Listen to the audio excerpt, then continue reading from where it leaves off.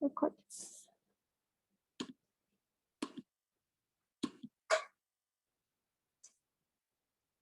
Okay. The first topic is double integrals. So we have, okay. So double integrals as volumes. And so I made this little like chart on the bottom and we'll keep like adding to it. But so the first thing is that we can compute volumes using double integrals.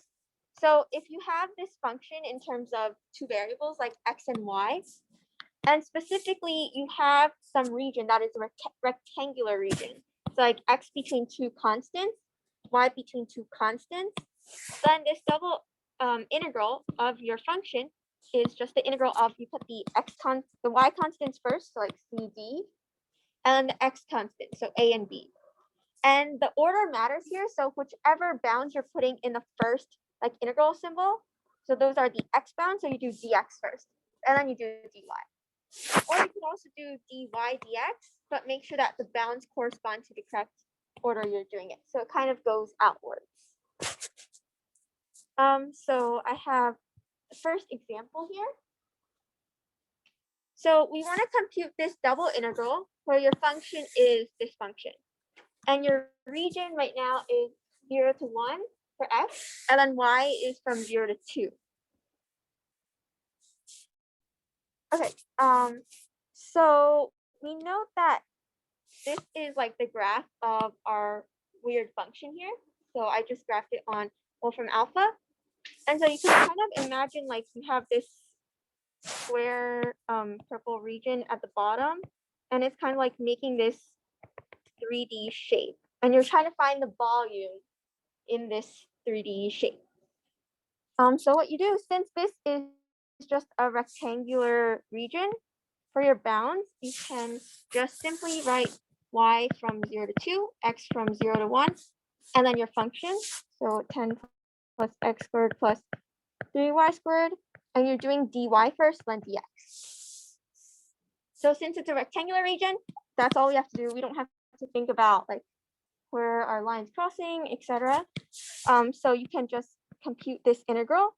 So the integral with respect to y is going to be 10y plus x squared y plus 3y cubed over 3 from y equals 0 to 2. And notice that I keep writing like y equals 0 to 2 and x from 0 to 2, so that we can keep track of which variables we're using for y and which things we're using for x. Like we don't want to get them mixed up. So the first thing I'm doing is taking the integral with respect to y. And then when you're evaluating, make sure you evaluate for the y's, not for the x's. So this would give you integral 0, 1. Once you plug in y equals 2, you get 20 plus 2x squared plus 8 minus, for y equals 0, that's just 0, dx. And this integral is 20x plus 2x cubed over 3 plus 8x from 0 to 1, or 86 over 30. Any questions on that? Yes. For the order that integrals matter, so you put dy first, you still have the x down first.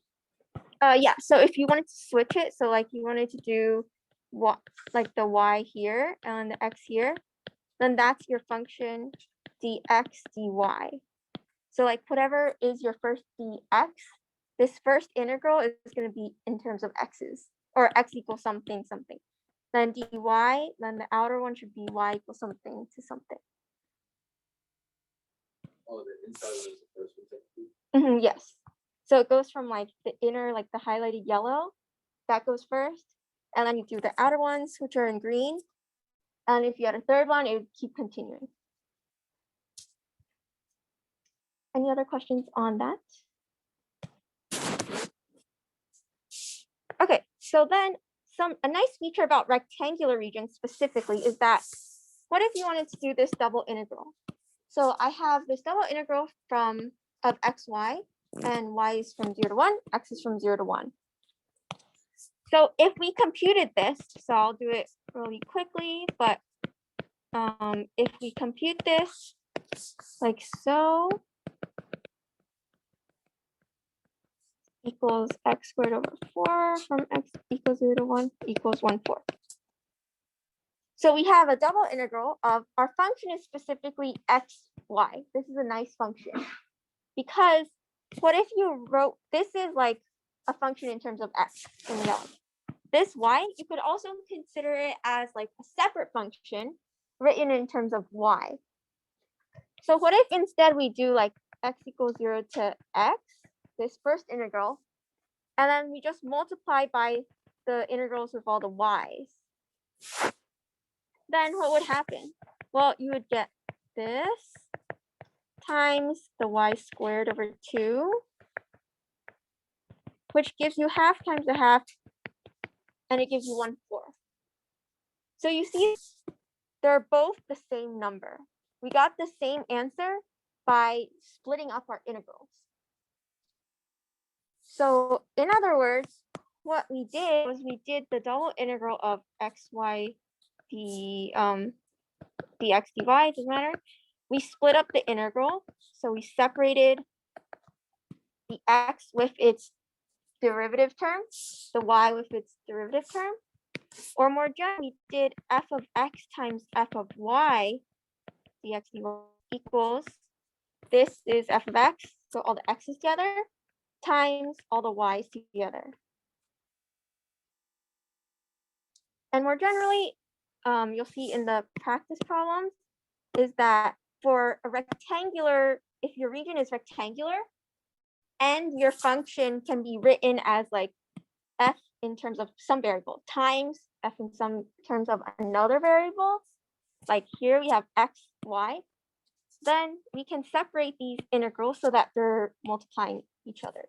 So like the integral of all these multiplied is the same as the integral of each thing multiplied separately. Yes.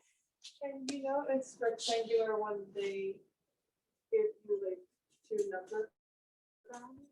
Yes, if the bounds are always constants, so like numbers, then you'll know it's a rectangular region. Yes. It has to be the same function then?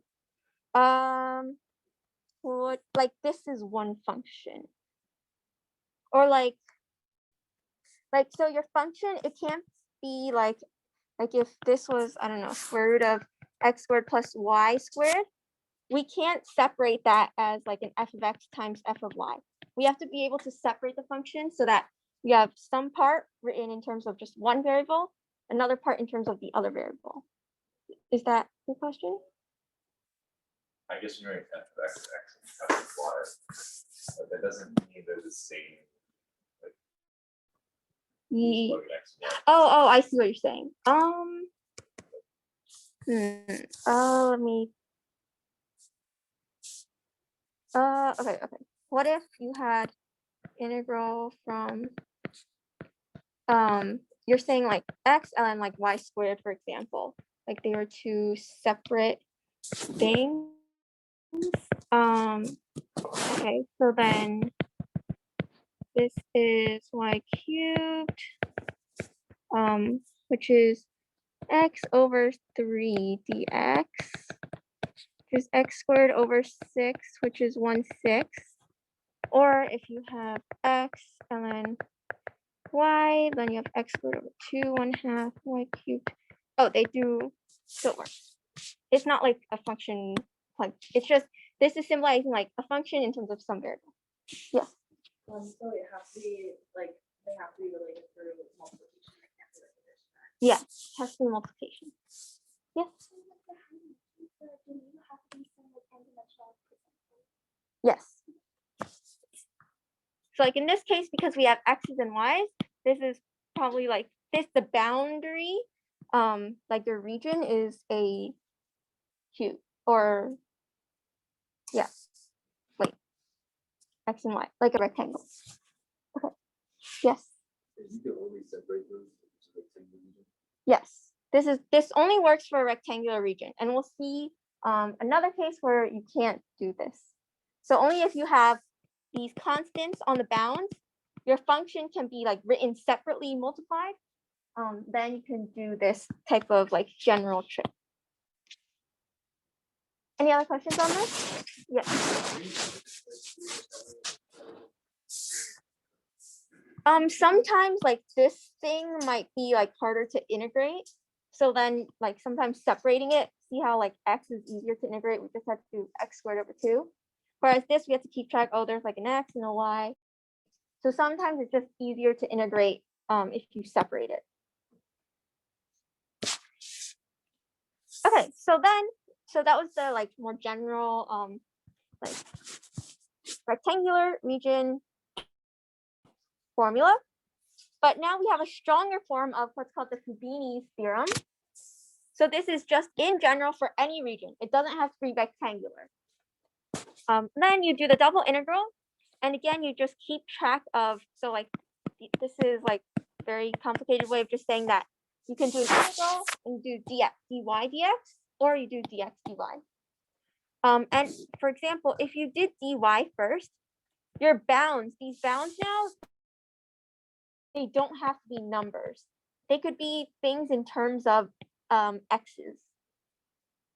Then this term over here, because now you've eliminated one of the variables by doing this first integration.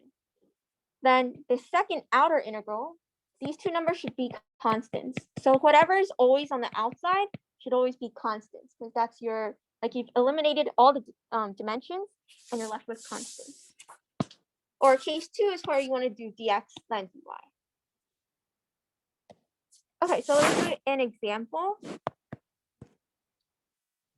Okay. So you have this function here. So this double integral from sine x over x. Okay, so what you want to do first, okay, someone tell me which direction you want to do first, dy dx or dx dy?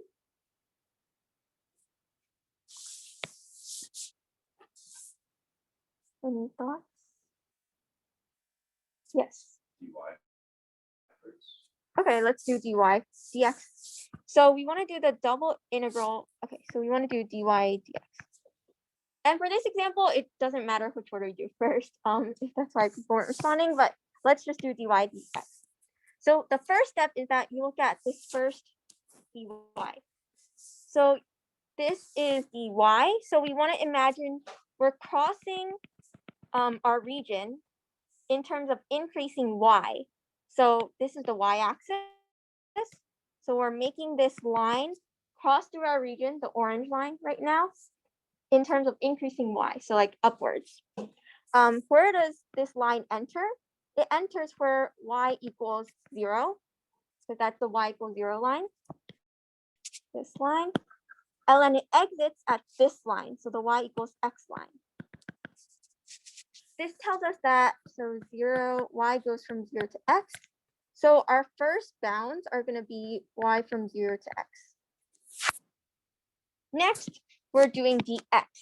So out of all of these orange vertical lines, which one is the smallest x value? The smallest x value is this dot, which is 0. And then if you keep drawing all the lines, which gives you the largest x value, well, 1. That means that x is between 0 and 1. So your integral is going to be our function, which was sine x over x. And the important part is our region. So our region was, we did dy first, so 0 to x. And we did dx, so x from 0 to 1. Any questions on how I got that integral?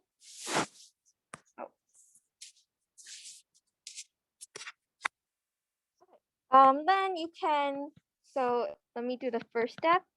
The integral of sine x over x dy. So now you can pretend that this dx over x is like some constant, right? And you're integrating with respect to y. So this is really like sine x over x y. And then you're doing y from 0 to x. And then you can simplify. And at the end, you'll get that it's negative cosine 1 plus 1.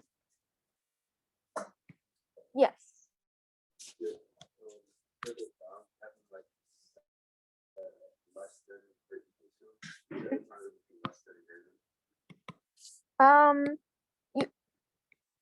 I would put less than equal to. This doesn't really matter though. Like the important part is this is just saying it starts here and ends here. Okay, just some properties about double integrals then. So you have the constant multiple rule where you can like take the constants out, like normal integration. Sum and difference, again, like normal integration, you can separate them. Domination, which just means that if your function is always greater than or equal to 0, your integral has to be greater than or equal to 0. And then additivity. So additivity, you'll also see like a practice problem example, I think. If they gave you some integral that gives you this region, and they gave you another integral that gives you this region, so let's call this A and B. They asked you to find the integral of C. You basically tell this property tells you that C equals A minus B. So you're allowed to take what they give you, this A, subtract what else they give you, B, and you get this leftover region C. Okay, any questions on that?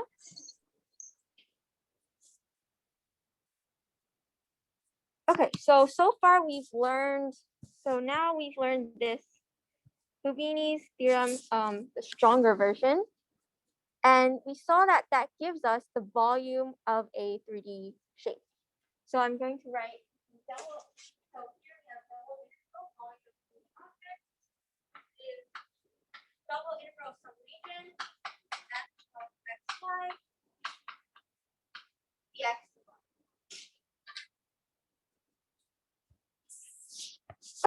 So now, what about if we just wanted to find the area of some region? Well, the area of that region now, so by doing the double integral of our function, that gives us the volume. But if we just did the double integral of 1,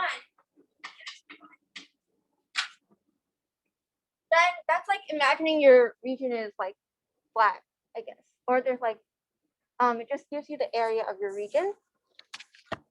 So for example, here we have find the area of this region where R in the xy plane is enclosed by these two graphs. Okay, so this gives us, say we want to do, okay, in this case, so in the last problem, I said that it doesn't matter what order you do, but in this one, if you wanted to do dx, dy, so if you were doing dx, you would draw a line in terms of increasing x, so like this purple line here. But then that purple line, where it enters is this y equals x plus 2 line. But then this purple line enters at y equals x squared. So they're entering at two different parts. So doing dx, dy would be a little bit trickier. You would have to separate it into two regions. So instead, let's focus on doing dy then dx. Does everyone see why I don't want to do dx, dy?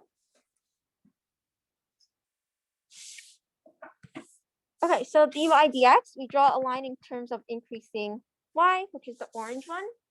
We enter at y equals x plus 2. We exit at y equals x squared. Wait, sorry. We enter at x squared, exit at x plus 2. Then if we draw multiple orange lines, well, what is the smallest x value we could get? This green one over here. What is the largest x value we could get? This green one. So how do we get those points? Well, those are the points where your two graphs are intersecting, right? So you set x squared equal to x plus 2, and then you solve this so that you can get our 2 points of intersection, or you get x equals 2 and -1. So x equals -1 to 2. You always put this smaller value on the bottom, the largest value at the top for this outer bound. Note that if these bounds were switched, then your answer would just be like a negative version. Okay, And then you solve this. I think integration is fine, but you will get 9. Any questions on that? Okay, then you have the area of f over r. So, or sorry, average value of f over r. So the average value is going to be your volume divided by your area. So volume, which is this, divided by your area. And that's always the definition of your average. So it's basically going to be like the integral of your function over that integral of 1 is the definition of average. Okay. Any questions before I move on to triple integrals?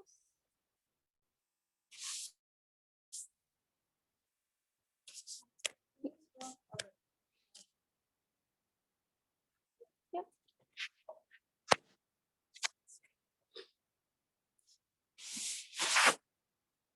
Okay, so let's do some triple integrals, which are fun. Okay. So the idea now is the same thing, but now we have more integrals to like work with. But the bounds also do get a bit trickier. And yeah, sometimes it's okay, yeah. Okay, so how do we do triple integrals? Let me do an example, a nice example. Okay, we want to find the volume of some, wait, why don't I write the formula first? So right now we're going to do the triple integral. Oh wait, okay, I'll let you guys read this problem first. So we're finding the volume of a tetrahedron where its vertices are this point, this point, this point, this point. So let me give you a minute to think through it.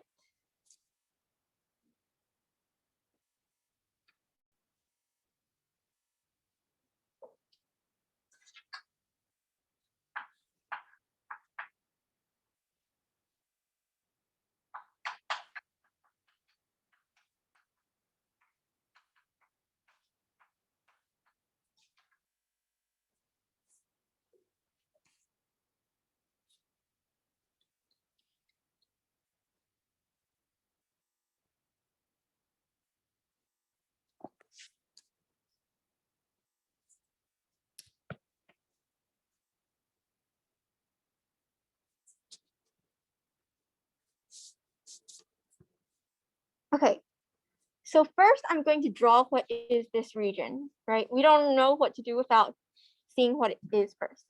So 0, 0, 0 is this point. 1, 1, 1, 0 is going to be this point over here. 0, 1, 0 is going to be here. We draw it like this way. And then 0, 1, 1 is going to be up here. So D is up here. And so you have this tetrahedron like this, where you kind of have like this BCD triangle is like flat.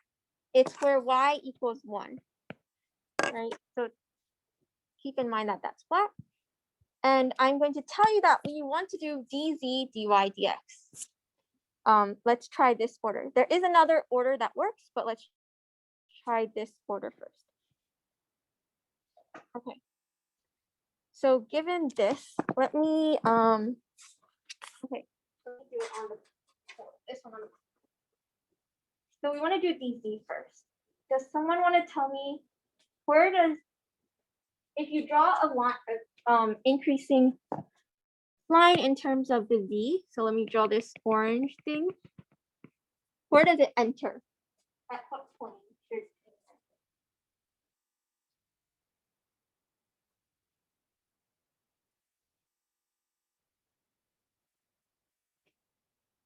Yes. The XY plane. Yes, xy plane. And how do you write the xy plane? So x could be anything, y could be anything, z is yes. So z right now, z is going to enter at 0. I'm going to write the bound like this, enter at 0. Where does it exit? Well, you're kind of like, so you go through the xy plane, and you're going up, you're exiting at that top triangle, this top triangle here.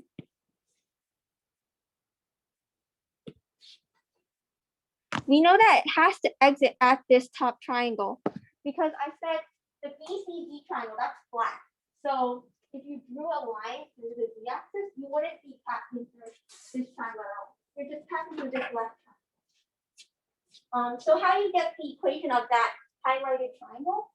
Well, that's the equation of a plane. How do you get the equation of a plane? You need the normal vector, and that's it. You just need the normal vector, and a point. So, how do we get a normal vector? Well, what if we took this vector AB and a vector AD, took the cross product? We know that the cross product gives us a normal vector. So let's take AB. So BA. That's going to give us 1, 1, 0. BA is going to give us 0, 1, 1. And so the cross product, or our normal vector right now, if you do the cross product, would be 1, negative 1, 1. And what is the equation of a plane? The equation of a plane is always the normal vector times xyz minus a point.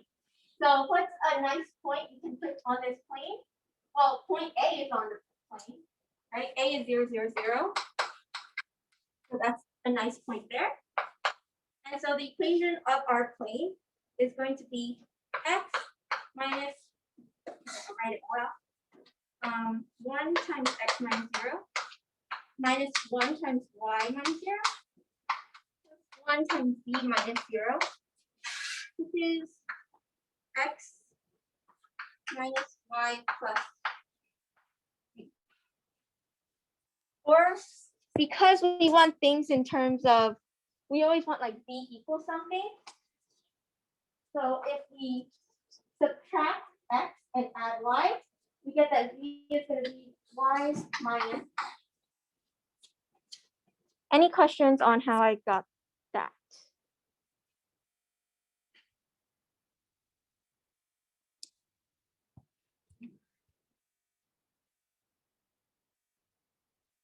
Okay, so then the next thing is that we want to collapse the z direction. So we take our plane, collapse the z direction so that we are left with just something on the xy plane.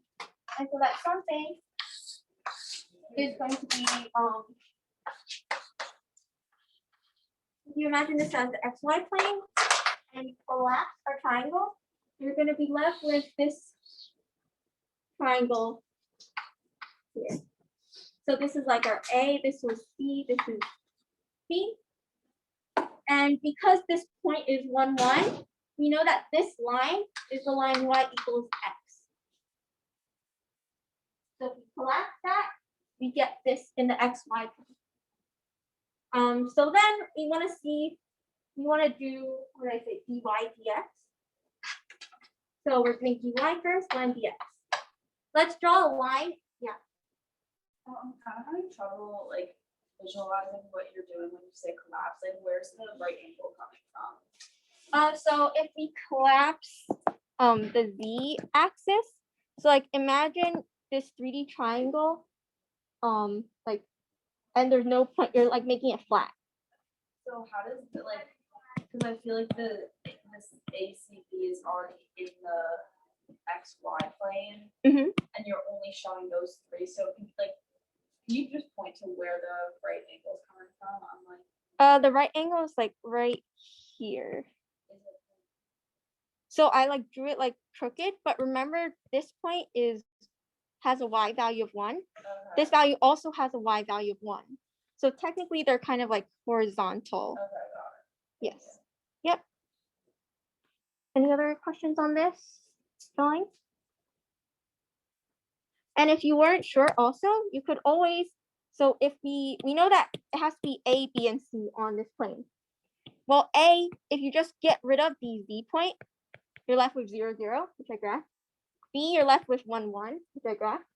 C, you're left with 0, 1. Which I forgot. Yep. Okay, so we want to go in terms of increasing y. So y enters at this x, y equals x line, and when it exits at y equals 1. Now, in terms of all of these possible lines you could have, the smallest x value, well, what's the smallest line to go over here to the left? The x value is 0. The greatest x value is this point up here. And this point is 1. But greatest value is x is 1. So in total, we put everything together. And we have that our integral is going to be, we said that the order is dv dy dx. So we write the z first, dv, then we write the y, then we write the x. And so that will be our integral of, in order to find the volume of this tetrahedron. Any questions on that example? Yes. So whenever you're trying to find the x and y bounds, you just turn the third one the other direction. Yes. So if you're doing like a triple integral, usually they want you to do z first. So you find the bounds of z, collapse the z-axis. So imagine like everything becomes flat, and then just do the double integral method, which we learned earlier. Yes. What would f of x, y, z be? F of x, y, z, they don't give it to us, so we would not have it. Like they would give you find the volume of some function on this tetrahedron region. So this is our region right now, and so they would give us something here. Like we wouldn't be able, we don't know what it is right now. Okay. Yeah. Oh, the volume of the region itself would be this same triple integral, but with 1. Yep. Okay, and so in this example, we did dv dy dx. You could try it out yourself that if you wanted to switch the order and do dy dv dx, you can also do it the same way and you should get these bounds. So I'll leave that as an exercise. Okay. Oh, yes. Yes. So we have this 3D region right now. And we want to collapse the z-axis. So we don't want any more 3D z's. We just want a flat surface. So if you bring this vertex down, like you're collapsing the whole thing. Or just imagine you're looking at from the top at like a bird's eye view, and it just looks like a shadow. That shadow is this shadow here, the triangle ACB, which is this triangle here. And the way you could get these points is by, we knew that A is 0, 0, 0, but we're getting rid of the z-axis. So there's no 0 anymore. So A is just 0, 0. This B point, we're getting rid of this. So it's just 1, 1. So it's 1, 1. And then C is, we got rid of that 0, so it's 0, 1. Yeah. And you only do that after you find the balance. Yes. So if you're ever doing a triple integral, whichever thing you choose first, find the bounds of that. Then you collapse this axis, so like collapse the axis, and you're left with a double integral. Once you're left with a double integral, then it's just these methods that we learned in the beginning of class. Yeah. Wait, so how do we know it's the new dz first? So you can do another order first, but dz is usually the most common thing to start with, like z, because we're more familiar with the x-y axis, right? So if we finish out with z and collapse it, we're just left with an xy plane, and xy plane we're more familiar with. So usually people do dv first, but you could also have done dy first. So if you did y first instead, okay, maybe I should. Oh, because like if you do dy, you have to collapse it onto the x. Yeah. So if you did dy, and also dy, you have to think a little bit more because now you need to find the equation of this left triangle. So this yellow one where it enters, and then it exits at this triangle, the green one. Then you would collapse along this y-axis. So now you're on the xd plane. Well, the xd plane is like kind of more unfamiliar with us. So it works, but it's harder to think about. Any other questions on this example? Okay, so let's see. If we need to reorder the limits. So now this involves no math, just drawing or a little bit math. But if they gave you this triple integral and they want you to rewrite the bound, so they switch the order. How would you do that? So give you a minute to think about it.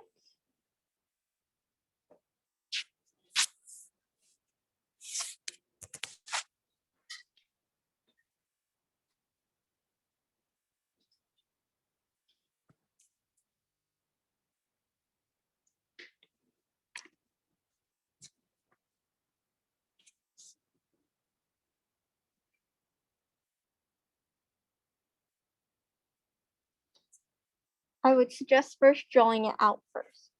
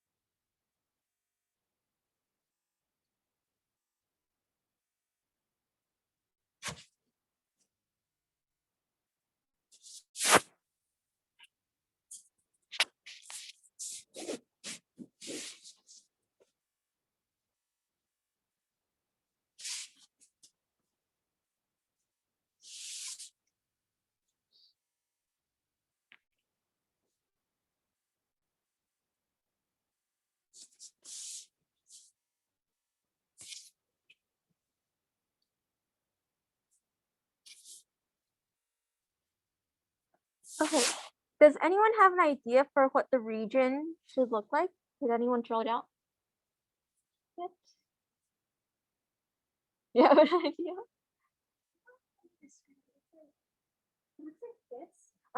Yeah, like a skateboard ramp, right? Yes. So how do you figure out what this looks like? First, you want to start with the most inner bounds, because that's what we do first. Right? Because like whenever we did dz dy dx, we saw where does z enter and exit. So let's look at the inner one first. So where does z enter and exit? Well, if we draw this xz plane right now, z enters from the 0 line. So z equals 0 line is this purple one. Z equals 0. And then d equals x squared. So x squared looks like that. Equals x squared. Then we see that the next bound, x is going from 0 to 2.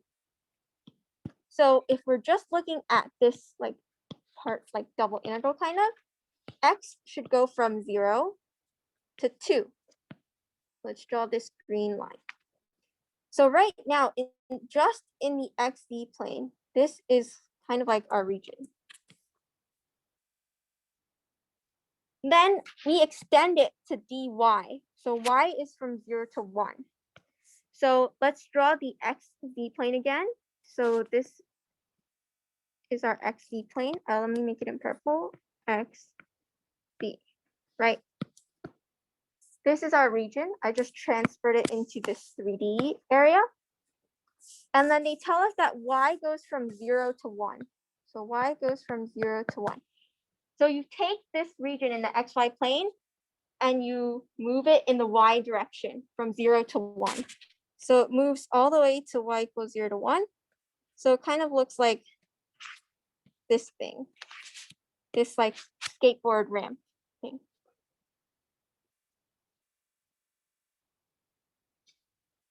Does anyone have questions on how I drew that?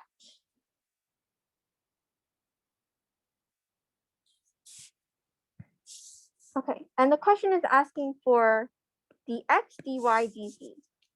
So it's looking for x, dy. So we're changing the order of things. We want to first go dx. So where does x enter and where does x exit?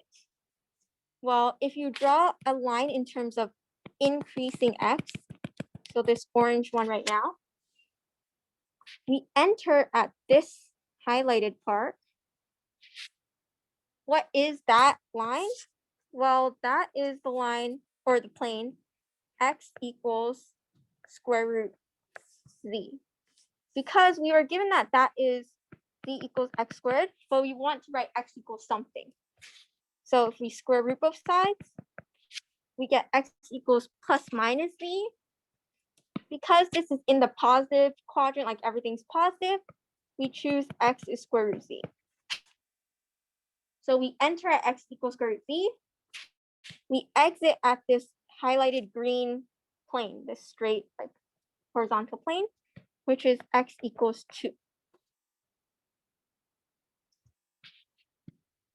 Now we collapse the x-axis and we focus on y and z. So if we collapse the x-axis, so imagine everything getting flattened, this way. Well, if you look at the shadow, what's left is just this like big square cut. Like if you looked at a bird's eye view and you looked at the shadow, you'd be left with this shadow. Everything like moves this way. And so you're left with this YZ plane. Now, if we want to go from y is next, so draw a line in terms of increasing y. So this way, we go through, now this is a rectangular region, right? So now it's just a 2D region. And we do our 2D method. So y enters at 0 and exits at 1, because this is y equals 1. Out of all of these orange lines that could be possible, the smallest z value is 0, this point here. The largest z value is 4. And so this would be our integral when we change the order. Any questions on this?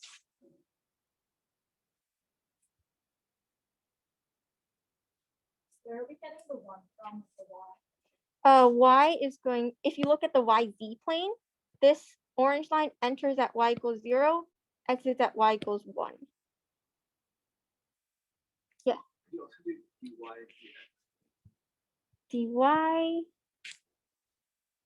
dy d I wouldn't, because if you draw a line in terms of like y, you might be entering on this point, but you might enter on like this plane, which, wait, let me, dy, oh, wait, no, wait, you said dy dx? Okay, dy, then dx. Yeah, it should also work. I guess the y and the z, Uh-huh. but I was kind of confused on X. Okay, so the x we're drawing, so we're entering at the yellow one, right? And exiting at the green. So what is the yellow plane? So remember when we were drawing the xz plane, this line was z equals x squared. And then we kind of expanded that in the y direction, but it's still the equation like z equals x squared. So, but now we want things in terms of x equals something, because for our bounds, it has to be x equals something. So if we rewrite z equals x squared as x equals something, then you square root both sides. And then we want to take the positive version because we're in the positive quadrant. So x equals square root z. And this is this plane right here. So we get it from this equation, z equals x squared. And then, yes. I guess I'm kind of confused where you can't write x equals 0 like the other. So it's not, we're not entering at x equals 0 though. This is like some curved ramp right now. So we have like, this is some curved ramp, and then this goes down. So x is not entering at here. X is entering at this plane. Not x equals 0 would be like a flat plane. Yeah. Like if you were entering at x equals 0, that's implying that you have this cube, I guess. Then you'd be entering at x equals 0, exiting at x equals 1, if you had this cube as your region. But right now, this is not like a flat, like on the YZ plane. This is some curved thing. So we need to find the equation of this curved plane. Yep. Any other questions on this example?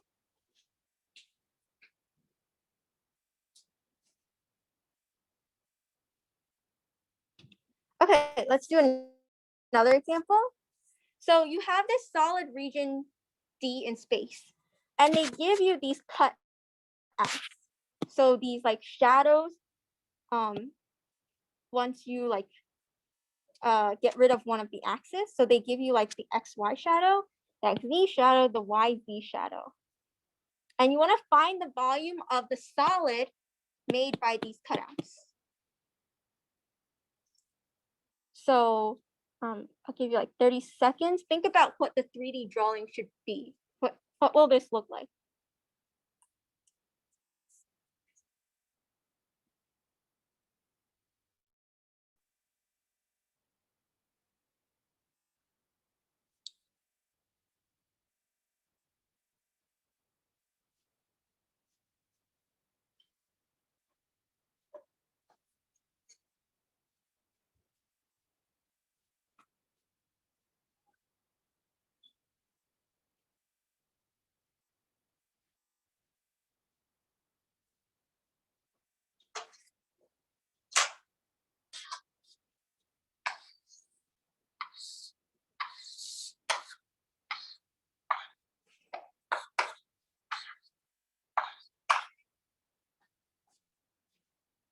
Oh.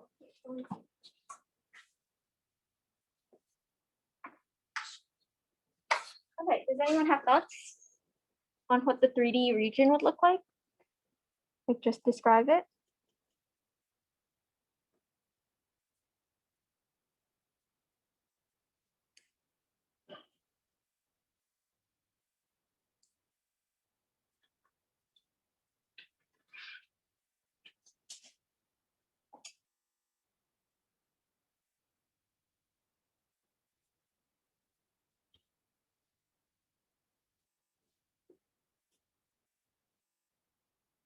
Okay, let me give you one cutout first. So if we look at the XY cutout, this is saying that Y is between 1 and 3. So let's 1, 2, 1 and 3. And then X is between, oh, this should be 2, 3. Sorry, this should be 2. Okay, X is up to 2. So in this XY plane, you have something that looks like this, right? If you were to look at this as like the XY plane, Y is from 0 to 1. It's like this rectangle thing. X is from 0 to 2. Okay. Then the XZ plane. So if we had some region and we collapse the Y axis this way, we get something that looks like a rectangle in the XZ axis. So Z is going from 0 to 4. So actually, going up here. So it's going to be like something going up 4. And then X is also going to 2 again. So, oh, yellow. So you kind of have this rectangular side right now. So far. Yes. Wait, where did you get the Z for? in the cutout, they give us that z goes from 0 to 4. Oh, these are all representing one. Yes. So these are all representing, like, if you collapse, like this one, if you collapse the z-axis, so you flattened it, what does it look like now? It looks like this. Then here, if you collapse the y-axis, what would it look like? It looks like this rectangle.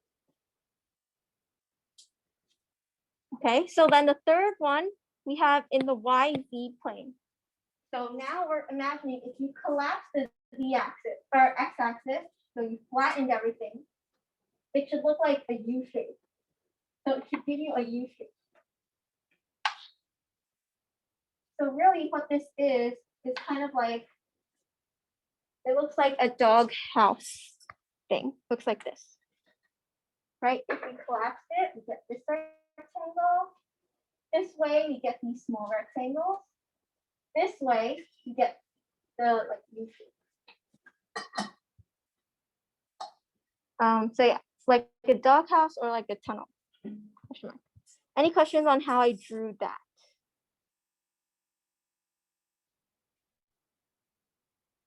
Okay, so then if we wanted to do the integral dz dy, dz dy dx, then we draw a line in terms of the increasing z.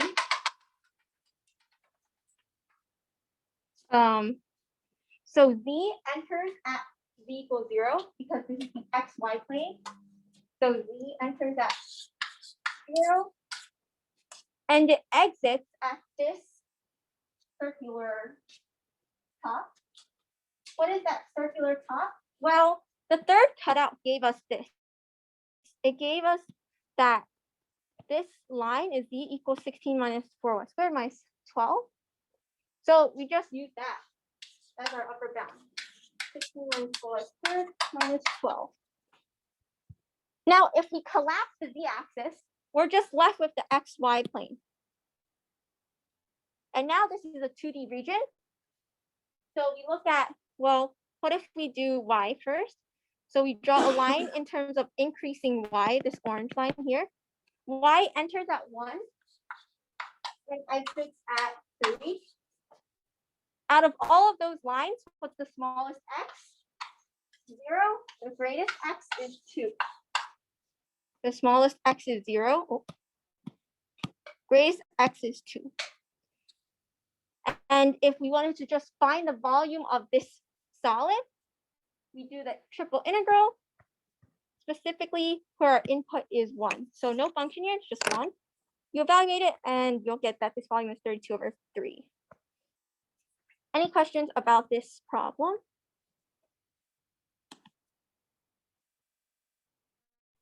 Okay, and so far we've learned 2 ways to compute volume, right? You can either do the double integral with a function, or, oh, I'm sorry, it should be triple integral of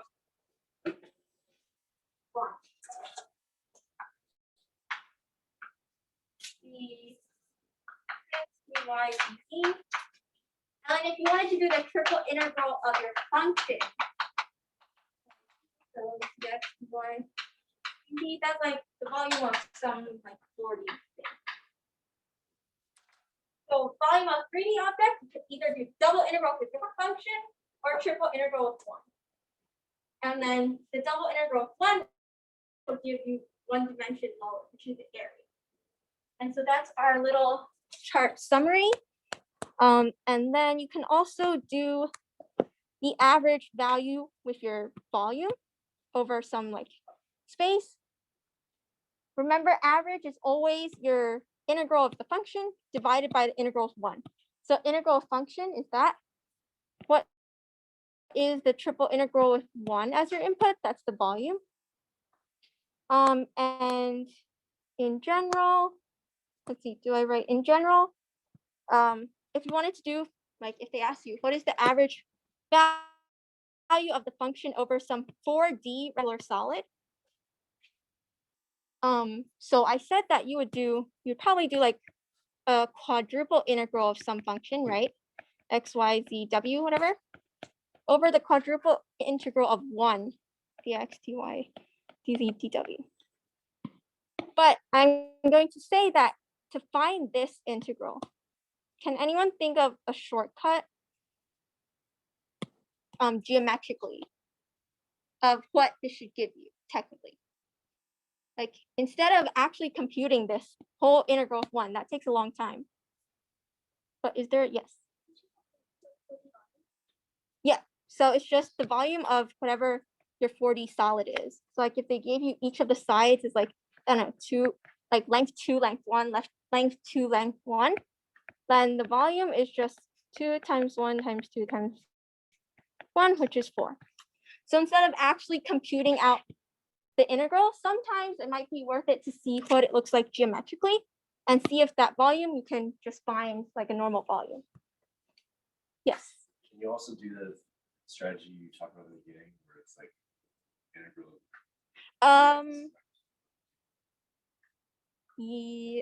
Yes. Yes. Because so if they had given you just a 3D solid, like a cube, and they said that the length was 2, 2, 2. Yes, they give you the length, or they don't have to give you the length. They could just give you that the bounds are from 0 to 2, 0 to 2. Then we see that the triple integral of 1 will equals the volume of the cube. And we know that the volume of the cube is 2 times 2 times 2. So this is a separate example. If they asked you to find 0, 2, 0, 2, 0, 2. And so I just increased it to a 4-dimensional space to trick you, but you should know the trick. Okay, any other questions? Okay, one special remark, does anyone know what special day it is? Yay, okay, Pi Day. And does anyone know what is the volume of a sphere?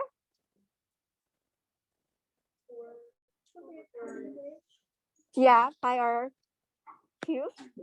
Okay, yay, okay. So I have some Pi Day themed snacks for you guys, which is the volume of a sphere. They're munchkins. Okay, so let me, I will, can each have like 3 since not a lot of people. Okay. So people who didn't come lost out on munchkins. This Tom and Tom they didn't have too many. They only had like glaze and chocolate and blueberry. I'll just take a glaze. Okay. Just one glaze. Thank you.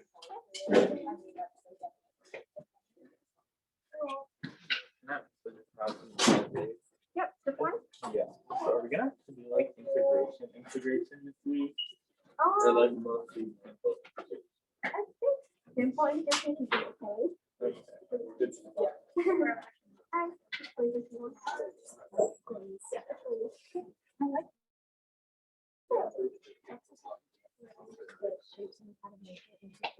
this really helpful to visualize. Yeah, that's great.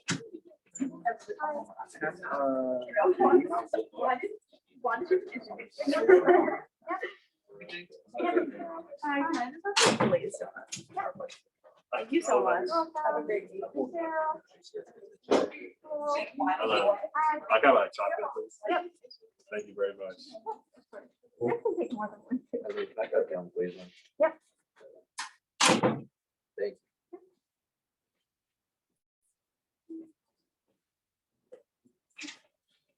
Would you guys like some munchkins? Okay.